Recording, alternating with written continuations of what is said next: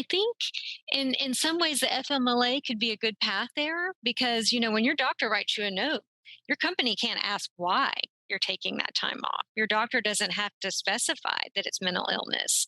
They just say that Mm, they're taking you off work for 2 weeks, 4 weeks, however much time you need. And as horrible as the pandemic was, I do think that that has really changed the workforce in terms of how it views stress related claims. I think prior to that time, it was very difficult to prove that, your nightmare boss may be the cause of what's going on. But, so many more conversations and, so much more recognition of how physically taxing mental health issues can be and stress can be, that our awareness is so different that it's a different space now. And so I definitely think you have nothing to lose, by contacting your doctor. And, if you are an employee who has a bank of leave, that's a job protection for you. And I've even seen people in really extreme circumstances go for the full 12 weeks of FMLA if they've got leave to keep that pay coming. And then, you can look at workers' comp options. It's going to vary from place to place, but, definitely worth it.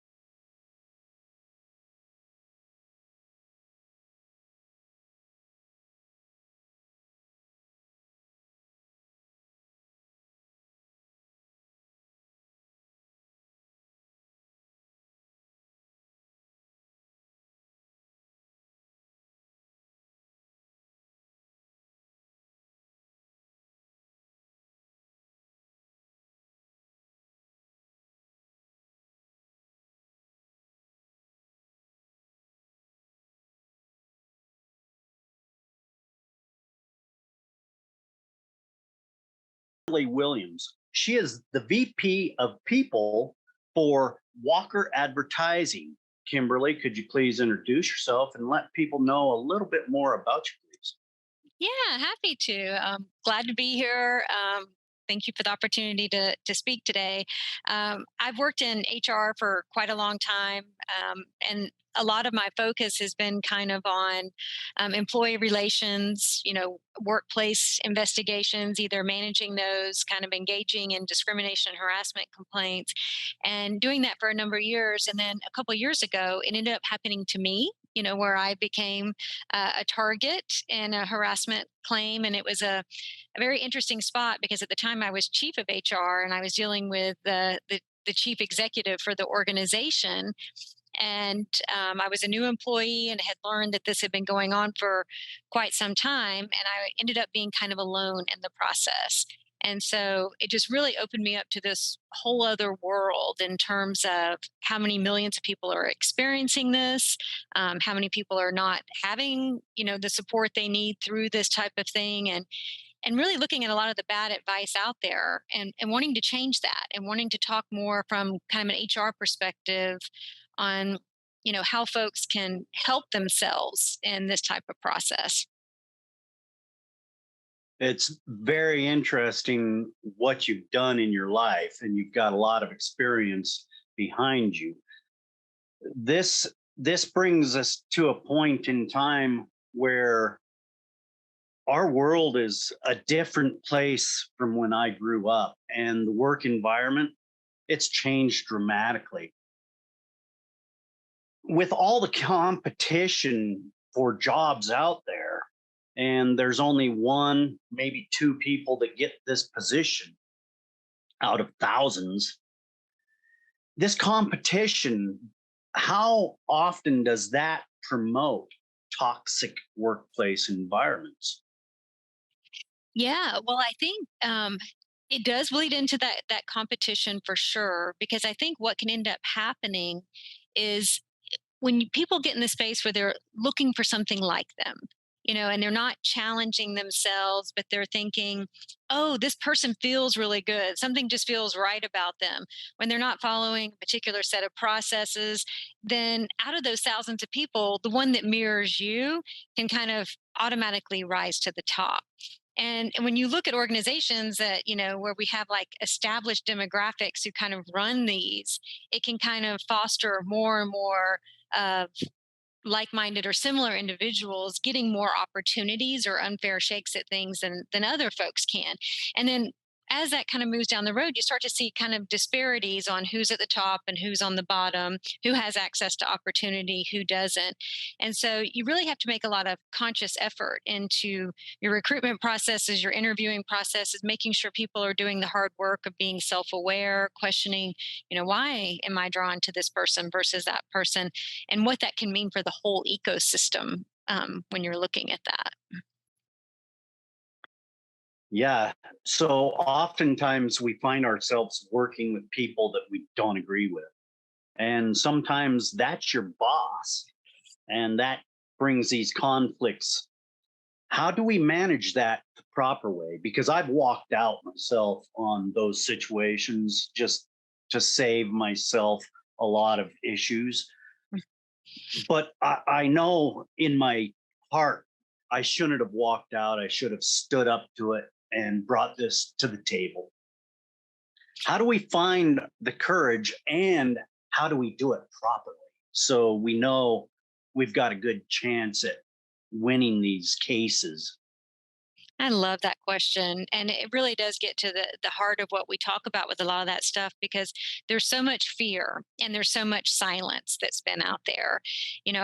I look at this through the lens of, I'm someone in my 50s, and in my generation, when you entered the workforce, it was, somebody said jump, you said how high, you didn't question anything.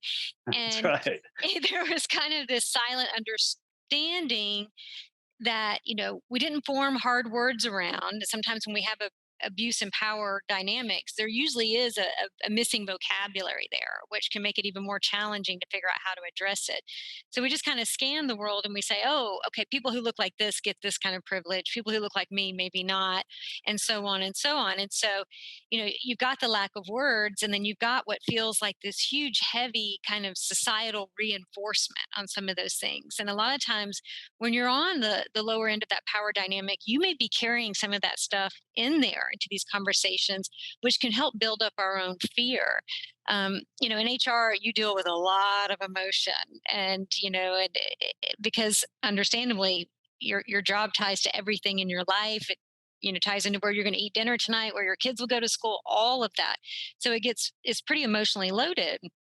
But a lot of this stuff really is an inside job. And so when I know that I'm having to get in and have a hard conversation under any set of circumstances, I'll take 10 or 15 minutes beforehand and I get very, very quiet. I try and control my breathing. I try to make sure that I'm doing everything I can to walk in with as much calm as possible. A lot of times when I prep for these types of meetings too, I'm putting together like a just the facts, ma'am kind of outline of things, so that I'm going through a mental exercise of removing color, removing adjectives, and just getting to the heart of, hey, X happened and this is the result. What do we want to do about that?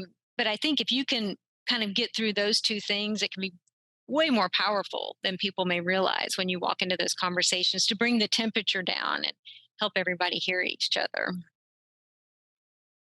If you are in the workplace, say I'm a male and I'm witnessing some abuse and nothing's being said, people don't like whistleblowers anymore, and troublemakers is what I've always been told. Hmm. But if you're witnessing some sort of toxic behavior going on, what's the proper step for you to address that for a coworker that might not have the gall to stand up and say something about it? Who should you address first, and how should we proceed with that? Should you talk to the individual receiving the toxic behavior, or should you go straight to management? In my experience, I've gone straight to management. So in any case Mm, where I have seen that, and I have, and it has been tricky in the sense that, you know, I remember being at a very public meeting on the record, and one of my board supervisors made a racist comment. And and so this was out there in front of everyone. And so, I didn't stop the meeting, but as soon as it was over, I immediately asked for a meeting and came and knocked on the door and said, "Hey, this happened. This really was not okay. This did a lot of damage. It's unlawful. It doesn't create psychological safety for any of your employees." And, it wasn't an easy conversation to have, but, I also consider that part of my job. But I think anytime where you are more safe than someone else and you recognize that, it's definitely important to seek those opportunities to do that and start engaging in that conversation. And then if you get any pushback, that's when you want to try and loop in HR, to say, we need to have a record here, we need to follow up here. And in some cases too, they may go back to the original person that it's happened to. They really should, and say, hey, we were made aware that this horrible thing happened. We've addressed it. We want you to know you're safe here. And if anything else happens, please come to us, so that we can address this directly. But typically, it's just preferred to address it as quickly as possible, not let it fester, not let it hang out there, and send that silent message that this is okay kind of behavior. yeah. So these things can really get heated, and people can really feel mistreated on both sides. And Mhm. you've been on both sides. So when do we take it external, outside of the company? How do we know when we should just back off and say, okay, let's seek help from external forces? As much as possible, I really like for folks to put things in writing. Now, I understand that that can be scary for certain individuals. That goes beyond a conversation. It can feel higher stakes. It is higher stakes. Um, but it's so much more powerful than just stating something, because anybody can get into he said, she said, oh, this isn't what was said. But no one can dispute an email. And your company is going to evaluate their next steps based on how you show up, how you present yourself. And so if they get, a very calm, clear email saying, hey, this bad thing happened. Here's company policy that I copied and pasted from your handbook saying that this is how you're going to address it. I'm asking you to do this because this is impacting my ability to do my job in there. And, whether they do anything or not, it's going to make somebody uncomfortable in HR or in management. And if they continue to ignore you at that point, after you brought it to their attention and it's now on the record that they're ignoring it, or you feel like they're retaliating and treating you differently now since you've sent that message, definitely get that outside of the company walls. File with an EOC complaint, loop in an attorney in your area. A lot of states now have like a state jurisdiction of civil rights. If your state does have that, I usually recommend them more than the EEOC, because they tend to have more teeth. They tend to have a faster timeline that they can work through. And so they'll send a letter to your employer saying, we're going to conduct an investigation. And nobody likes getting those letters. And so it's going to Yeah, put them in a position where they're going to have to respond. interesting. So, how do we initiate contact to others to help us with this? Say you work for a union, and unions can get very tricky when you deal with them. And sometimes you need that support. Mhm. How do we get the support of the union and the people that actually understand how to progress forward? Yeah. And so, for my time in California, working a lot with unions, a lot of, SEIU, and I had the good fortune of working with really wonderful reps who were really strong advocates for their people. And so hopefully that's the case there. But, just like anything, it may not be. Sometimes there's good ones, sometimes there's bad ones. And so, as a union member, hopefully you're taking advantage of that right. You're paying those dues, and you definitely want to be seeking out and asking for guidance and support through something like this. But you can also take actions independent of them, and you can also escalate within those organizations. A lot of them tie into big national groups, and so if you feel like your local rep is not helping you, maybe consider taking it a step further and working up their own chain of command until you get someone that you feel like maybe helping you a little bit more. But none of that precludes you, from seeking federal protections. If it aligns with that, to go and file with something else at the same time. Yeah, it's interesting how complicated a job can be. Hmm. It's a dedication that you need to put into your life because that determines your end of life. And if we don't know these tricks and tactics to get through it day to day, sometimes it can be devastating to not only ourselves, but our family and the Hmm. people that we're around.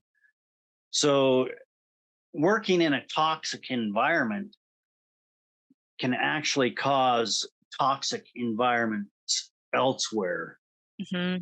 How do we separate the work from the home and the private life and keep those separate and know that if we are breaching those areas we shouldn't be, how do we stop and go back to keeping those separated? Yeah, I think that's a really great point, and I think it's so important to realize how serious this is. When your job is threatening, that is a traumatic event. It is, in some cases, it can feel like a life threatening event, depending on the economy and what else is going on around you. Yes. So I think it's so important to not minimize that, and to, just like if you broke your leg, you're not going to be like, oh, I'll get over that. I'll walk that off. To me, it's no different, and so look at the resources that are available. If your organization has an employee assistance program, call them. If your insurance has mental health support, call them. Call your primary care physician and say, I'm going through a nightmare situation at work. My cortisol is pumping all the time. And get meds if you're comfortable with that. Get therapy if you're comfortable with that. But get treatment that is worthy of the seriousness of what is going on.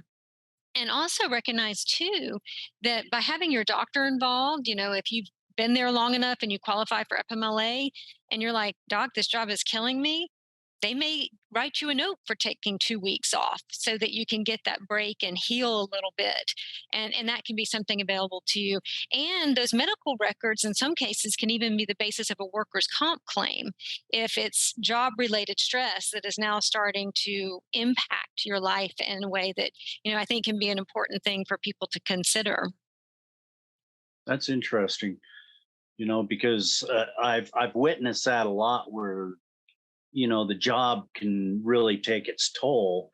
And really, there is a big pushback whenever that comes up in the workforce.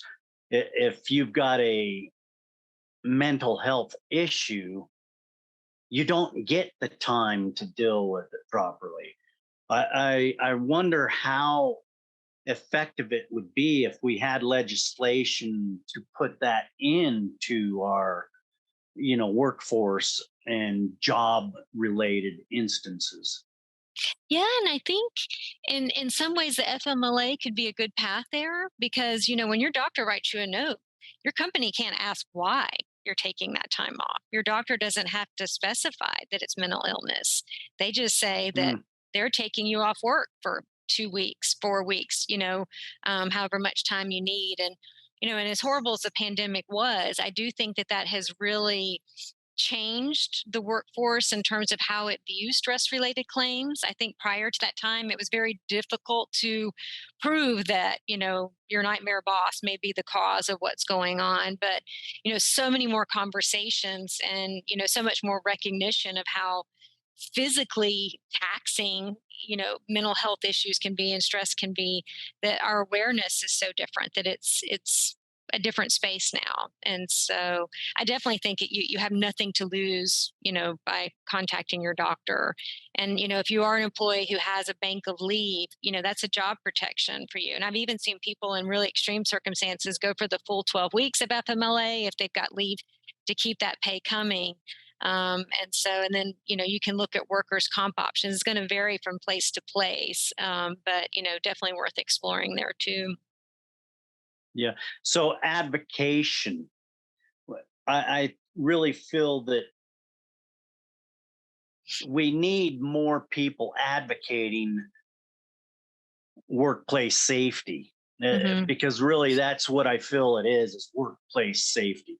We have OSHA, but they don't really look into these type of instances where mental health is a workplace safety, because if you're kind of off in some instances, that could be dangerous in many ways to many people. So You're exactly right. Yeah. Or if people are calling out because of their avoiding a toxic environment, and the few employees that are left are having to take over more and more physical responsibilities yes, in that absence, it can impact them yeah. too. Yeah. So what's the best way to advocate for that and adjust the system the way it is? Because the status quo is really not the best way to do business. And changing the minds of people to see what these toxic behaviors do in the big picture. How do we start to advocate for that? I think one brave conversation at a time, and talking about it when you are in a calm space, where, hey, boss, not at a moment of tension, but like, I'm aware of this. Are you thinking of this? Because, you know, you look at climate surveys like Glassdoor did one not too long ago where 3 out of 5 American workers have experienced discrimination or seen it. That tells you a lot about what's going on in our workplaces and the psychological safety that is there. And so maybe using some of these news stories as a catalyst for a conversation so that it's out there and it's comfortable. And I think, talking about our feelings, and struggling through those words and say, I really care about this stuff. I want to know I work for a company that cares about this stuff too. What are we doing? And asking in kind of those calm ways. But I also think, your HR shops are getting better and better at people analytics and performance analytics. And those numbers can be really powerful. We talk sometimes about like the high cost of the brilliant jerk. So say you've got, Tom is really, really mean, but he's a great salesperson who brings in $1 million a year. And so they don't want to fire Tom.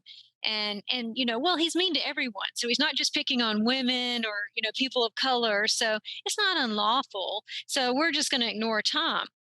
But if Tom works with 10 individuals who go through hell every day working with Tom, they're not giving you 100%. So at best, they may be giving you 60%. So you can now take those 10 salaries, take 40% of those 10 salaries. And is he making you more Right. money than you're losing there? And so sometimes framing it that way really can kind of get people's attention too. I like that a lot, because Yeah. people don't extrapolate things like that, and they really Yeah. need to break it down. It's kind of interesting. So, in your experience, what is the most overlooked experiences in the workforce that people have to deal with? I think one big secret that's out there that I've grown aware of is how much retaliation HR faces and how disempowered Hmm. they can be. A lot of times they're the face of the bad news. Like I'm VP of People. Why am I VP of People? Because everyone hates HR, and so we change our name. But at the end of the day, a lot of times in these private chats and in like closed circles, there's a lot of pain in HR land where you've got a lot of HR chiefs who, you know, are personally suffering, that they know things are wrong, that they're trying to fight uphill, they're trying to fight in a power dynamic where they're not being heard or listened to. And, they're trying to manage that as well. So, one thing I would love to see is, more recognition, because I think if an employee knows that their HR is not empowered, the Yeah, stronger you present your case, the more that helps them manage up beyond them. And that also can end up helping you. But hopefully to help encourage shifts in the profession, which I think are really needed right now. yeah. So, what's your opinion on profit before people? I think it doesn't have to be mutually exclusive, and I think a lot of times, especially as we're entering into a world where talent is everything, the brain power of your people is everything, innovation and new ideas, that is your people, and there is no profit without them. And so, That's right. and a lot of times Yep. in HR, you'll see that too, where protecting the company for a long time has meant protecting the boss. And I really don't believe that either. In the lawsuits we're seeing today, it can destroy you if you're not protecting your people. You could be one viral TikTok away from your business going under, or Yeah. one discrimination lawsuit can be hundreds of millions of dollars, all because you wouldn't protect somebody, is so I do think the two are intertwined. So actually, the social media is changing things because people are actually identifying with Hmm. each other. So I think that's a very positive thing that you just highlighted there. I do Great, too. great. Yeah. So do you have a call to action for our people today, Kimberly? Yeah, I'm on LinkedIn writing about this stuff all the time. I have a link on my profile that you can connect to free resources. So, my employer, Walker Advertising, we have a 24-hour call center that will connect people to legal services in their state. There's no charge for this.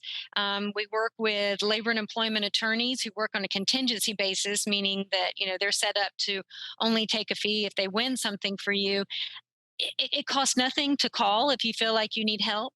But a lot of times, I like to highlight folks, major court cases, things that can empower employees in the conversations they're having, talking about my own experiences, talking about the experiences of others, and really trying to build a community where people feel safer to talk, because in our dream world, that would be it. We'd prevent all this bad stuff from happening, and That's people right. could just go to work and feel safe and just focus on doing the job and coming home and taking care of their families and themselves. And so, but I think that can't get there until we start talking about it. And I know millions of people are hurting, and I just would love to figure out more ways to help them communicate through that. Kimberly, I think you're doing it right through these podcasts. It's a great way to highlight what's going on in our world. And it's great to see people like you out there helping people understand the difficulties in life. I appreciate you so much. And most of all, thanks for being on the Dead America podcast. Before we leave, could you tell people the best way to get a hold of you, please? Yeah, no, absolutely. So if you go to LinkedIn and look for Kimberly Williams, you'll find me. I know there's a lot of people with that name. So if you find a VP of people with Walker Advertising, you found me. And so would love to connect, and feel free to DM me too. I know lots of attorney networks all over the country. I may be able to help you. I really care deeply about this stuff. So feel free to reach out. And that shows, Kimberly. Thank you so much for being with us today, and enjoy the rest of your afternoon. Thanks, you too.